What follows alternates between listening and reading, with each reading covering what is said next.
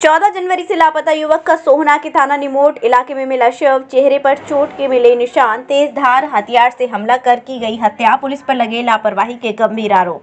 तस्वीरों में दिखाई दे रहा ये युवक संजय कॉलोनी का रहने वाला 22 वर्षीय सौरभ है, जो अब इस दुनिया में नहीं है। जी हाँ, सौरभ की हत्या हो चुकी है। सौरभ के परिजनों के मुताबिक सौरभ बीते 14 जनवरी को अपने घर से बिना बताए कहीं निकल गया था, जिसके बाद उन्होंने इसकी आसपास काफी तलाश की, लेकिन सौरभ का कहीं कोई पता नहीं चला।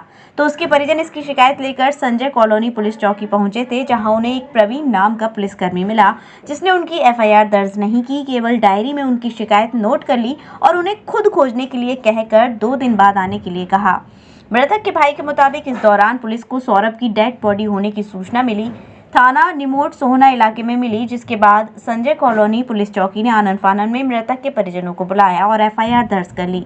एफआईआर दर्ज करने के बाद संजय कॉलोनी पुलिस चौकी ने मृतक के परिजनों को जानकारी दी कि एक शव सोहना में थाना निमोट इलाके में मिला है। शव मिलने की सूचना के बाद मृतक के परिजन जब थाना निमोट पहुंचे तो पुलिस ने बताया कि नहर किनारे सौरभ का शव मिला था, जिसके चेहरे और शरीर पर तेज धार हथियार के निशान थे, जिसकी बेरहमी से हत्या की गई थी।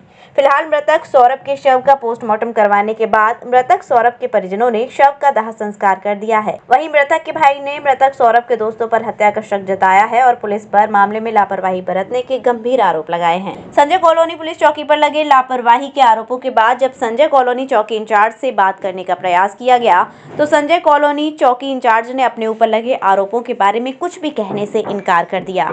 क्या नाम है आपका? गौतम पांडे नाम मेरा। गौतम जी, भाई आपके घर से चले गए थे, अब कई दिन बाद हत्या की सूचना मिली है, क्या था ये पूरा मामला? ये था, मैं जिस दिन गया था शाम को, मैंने कहा आ जाएगा, फिर अगले दिन मैं गया रिपोर्ट करने रोहित के साथ, तो उन्होंने कच्ची रिपोर्ट लिखी उन्होंने वहाँ पे। फिर उन्होंने कहा कि ठीक है आप चले जाओ, हम ढूंढेंगे कंपनी जाके। फिर नहीं ढूंढा, फिर पापा 3-4 दिन बाद, हम खुद ही ढूंढ रहे थे, 3-4 दिन बाद पापा रात को गए ढूंढने, शायद 19 तारीख की शाम को गए थे रिपोर्ट करने, तो उनने उस टाइम भी कच्ची रिपोर्ट लिखी। फिर अगले दिन 20 तारीख को ये 10 बजे पापा को फ़ोन करते हैं कि आप यहाँ आ जाओ, कुछ सूचना मिली है हमें। पहले इन्होंने पापा से पक्की एफआईआर करवाई, इन्हें पता था पहले से, ये चीज़ पता होते हुए भी इन्होंने पहले एफआईआर करवाई। उसके बाद इन्होंने बताया कि वहाँ एक बॉडी मिली है, वहाँ जाके आप एक बार देख लो। कितने दिन बाद सूचना मिली है? घर से गए हो, कितने दिन बाद सूचना मिली थी आपको? रात को 14 तारीख की रात को गया था ये। हमें सूचना कल मिली थी और सूचना मिली है कल हमें। तो क्या देखा था आपने मौके पर? मैं तो ऑफिस से आया था, तो मेरे से पहले पापा पहुंच गए थे वहाँ, तो पुलिस वाले ने मेरे को फ़ोटो सेंड करी थी। फिर उसके बाद मैं सिविल हॉस्पिटल गया था, वहाँ देखा मैंने, उसके माथे पे चोट थी, यहाँ आँख पे ईंट से मारा हो किसी ने, ऐसा लगा उसमें, मतलब लाल लाल निशान था पूरा उसमें। तो क्या एक साइड कोई रंजिश, कोई लड़ाई झगड़ा? नहीं, ऐसी तो कोई रंजिश नहीं थी उसकी।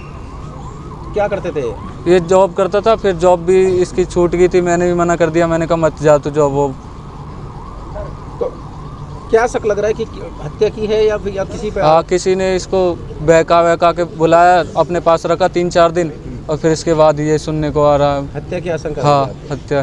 क्या चाहते हो आप पुलिस प्रशासन से? यही चाहते हैं कि जो जिसने भी किया वो पकड़ा जाए, ताकि किसी और के साथ ना हो ये चीज़ें। क्या नाम है आपका? मेरा नाम नवनीत है भाई। नवनीत जी, एक बच्चे की हत्या हुई है, कब से घर से लापता था, कैसे सूचना? 14 तारीख से लापता था जी। ये हम 19 तारीख को सुबह जब हम चौकी में कंप्लेंट करने गए हैं, उससे पहले शायद कंप्लेंट करने गए थे तो इन्होंने ली नहीं, पर 19 तारीख को छोटे वाले भाई पे प्रिंस पे फ़ोन आता है कि आप चौकी आओ कंप्लेंट लिखवाने। तो हम गए चौकी कंप्लेंट लिखवाने, तो वहाँ जाके हमने जैसे ही कंप्लेंट लिखवाया, तो वहाँ कंप्लेंट लिखने के बाद जैसे ही थोड़ा देर होता है तो उसके बाद पुलिस वाले बोलते हैं कि जी आप वहाँ चले जाओ निमोट चौकी, वहाँ से एक सूचना मिली है कि वहाँ एक डेड बॉडी मिली है। मैंने अच्छा जी, तो हम लोग यहाँ से निकल गए। आधे रास्ते में फिर फ़ोन आता है वहाँ के एसआई का कि यहाँ पे सौरभ कुमार डेड बॉडी पे जो मिला है उसमें आधार कार्ड मिला है, उसका नाम सौरभ है, पिताजी का नाम जन्मेजय पांडे है। तो वहाँ गए, तो फिर वहाँ जाके फिर पता पड़ा, फिर हम लोगों ने डेड बॉडी देखा, सोना में मॉर्चरी में पड़ा हुआ था।